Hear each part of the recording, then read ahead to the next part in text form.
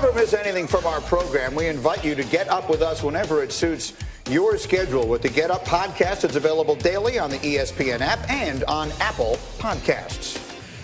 All right, back to this. It was a tough first season for LeBron in L.A. He had the injury. He had the losing that came towards the season's end, and it all winds up in him missing the playoffs for the first time since his second season. Yesterday, Magic Johnson, in his interview on First Take, said he still believes LeBron wins in L.A. It's going to happen. It's going to happen. You know, and so just like me going back to my business and doing what I'm doing, LeBron's going to win that chip. LeBron wants to be the man responsible for leading the Lakers to their next champion. And I love what LeBron means to the Laker and to our fan base. And I think that, again, he's going to be the #1 recruiter this summer. So many things there that are interesting, including him still referring to the Lakers as our, and him saying that LeBron will be the #1 recruiter when, frankly, Magic was supposed to be the #1 recruiter. Do you agree, Richard Jefferson, will LeBron win a championship in Los Angeles? I believe that it has to do more with other things and not just what the Lakers do. If Kevin Durant re-signs there in this 3-year stretch, I do not see the Lakers re-signs in Golden State. Re-signs in Golden State, excuse me. I do not believe that the Lakers will win a championship because they won't be able to amass the amount of talent that Golden State has, and all of those guys are in their prime.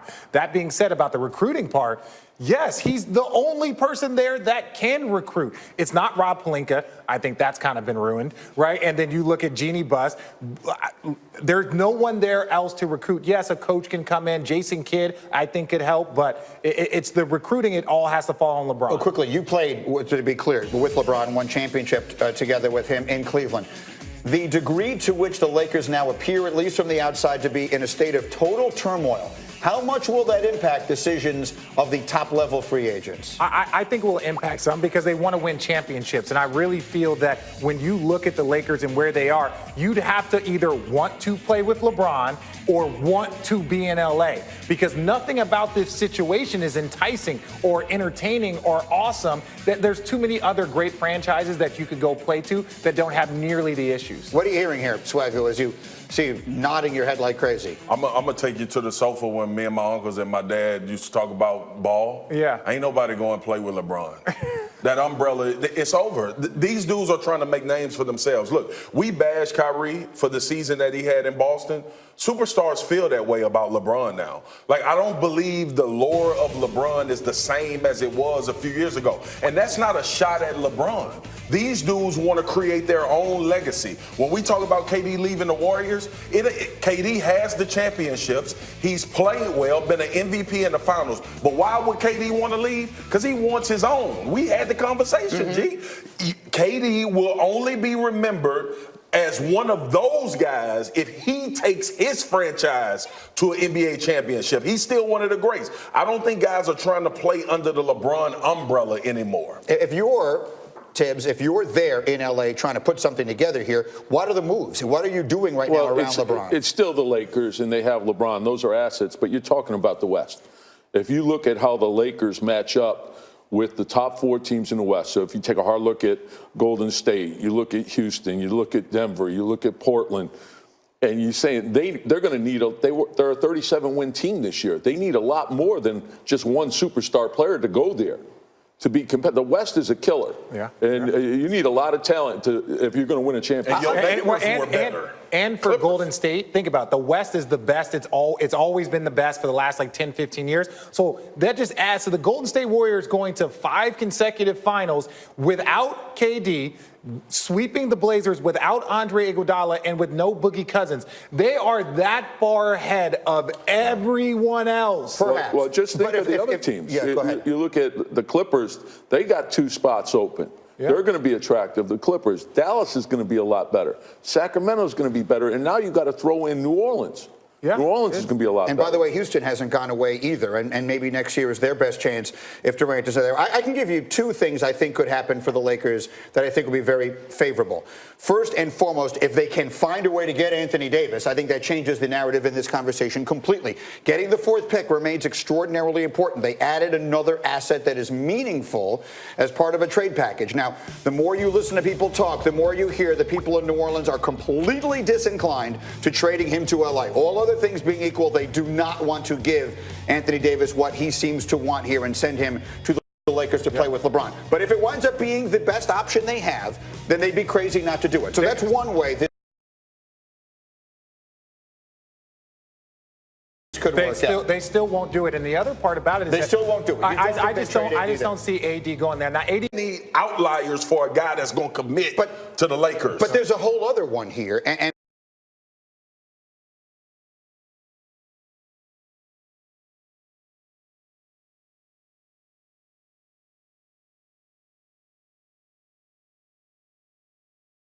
if KD leaves Golden State, it's the same exact thing. You were there. You saw it. In fact, they have more good young players to put around those two than you guys had in Cleveland. That's not a bad little group of players they have to put around LeBron James and Kyrie Irving. I think Kyrie's signing there makes the Lakers a legitimate threat immediately. I 100% agree, and I couldn't agree more with Tibbs. That's not going to happen. I think Kyrie is still in the prime of his career. He's still young. He views this as an opportunity, like Swagoo says, to do his own thing, to create his own legacy. And there's too many options for him to go do that in other quality places than to go back underneath the LeBron umbrella. I think all the teams that have two slots, you have to watch out for those teams. And then here's the thing. You're going to see guys pairing up to go somewhere to make a team great. I think it would be great. I would be all for it. To your point, but here's the thing, too. Like, we talk about LeBron and when they were with Kyrie and y'all were there, Jeff, and when he was in Miami, the one thing about those teams, those were veteran teams. Right. Like, there is something to be said for the experience of guys knowing their roles. Jeff knew his role. When they were in Miami, Ray Allen knew his role. Ray Allen wasn't going to be 30 a night. I'm going to spot up, I'm going to shoot. Like, Kuzma wants to be a superstar. Like, these guys trying to embrace a role with two superstars may be difficult as well. Well, you got to give LeBron credit. When he went to Miami, he made the Miami create two more slots. So he brought the team with him. No doubt. Yeah. He knows how to build a championship team. Well, we'll see. I don't think, as terrible as things look in LA right now, I do not by any means think it is over. I think they are one great move away from turning the tide on it completely, and that could either be Anthony Davis or Kyrie Irving. Much more on that as we go. But first, to another disaster of biblical proportion, the New York Jets. Yesterday, their head coach and acting general manager Adam Gase addressed the Jets front office turmoil and dismissed the idea that he himself had anything to do with the firing of former Jets general manager Mike McCagnon. Here's Gase's exact quote. I disagree with that as far as a power struggle, because whoever is getting hired as the new GM is going to have the same role, control of the roster. I will coach the football team. That's what I'm going to do. Nothing is changing in that structure. So those are the words of Adam Gase, the first time he has commented on this since Mike McCagnon was fired in the middle of May, 3 weeks after the NFL draft. Swagoo, your thoughts? Green, everything we've been asking for the Los Angeles Lakers. Look, you can talk about this Jets franchise being in disarray. Christopher Johnson made a decision.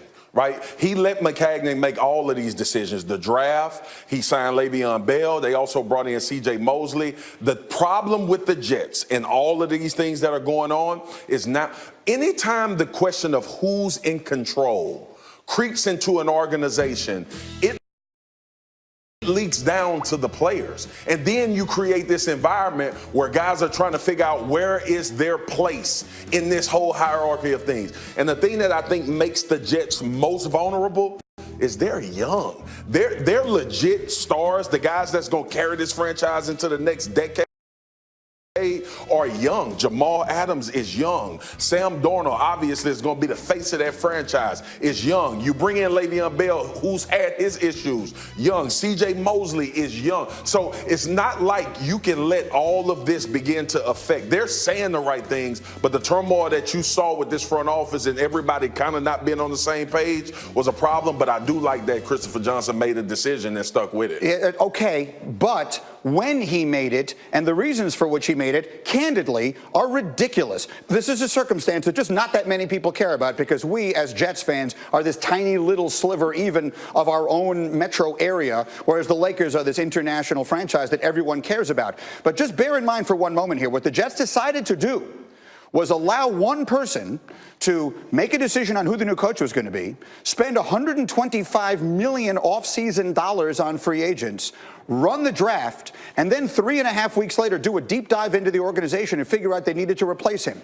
Candidly, if the person who made the decision to do all of that was the CEO of a public company, the board of directors would vote to fire him with cause immediately. This is completely mishandled. And again, this only gets limited attention outside of New York because so few people care. But there is nothing even remotely less terrible about what has happened with the Jets over the last week than there is with the Lakers. So you can say, yes, at least he made a decision. Yeah. But boy, he waited an awful long time to do this deep dive. I don't know what he was real busy doing before. Listen, it's puzzling to me because we talked about how the Giants paid Odell Beckham all of that money when they could have saved and just let him go or traded him if they knew these things were going on. Yeah. When you go to the Jets, look, for a decision, I respect the position of Christopher Johnson. For the way the decision was made, terrible. You let a guy that you ousted make all the decisions for you for the next 5 years. Correct. So I get all of that. But with that being said, we can kill McCagnon, we can kill Christopher Johnson. They got some damn good players. I hope so. Listen, just to finish the thought, remember the famous Bill Parcells line? If he can let me cook the dinner and let me shop for the groceries? They let him shop for the groceries and then got rid of him before the dinner was cooked. And it doesn't make any more sense than the other way. And Gase alluded to the fact that he wouldn't have put that much money in a Le'Veon Bell or C.J. Mosley. Now, I can see that to a certain point, but when you're a franchise like the Jets and you have a young quarterback that you don't have to give the $200 million contract, I agreed with the decisions to sign those guys. But if the coach didn't, it didn't make any sense. All right, we'll take a break here. Coming up, I could scream and yell about this all day long. Doing anyway? The Warriors are already an all-time great team. That's a problem. I'll tell you why one of the reasons is me. That's next.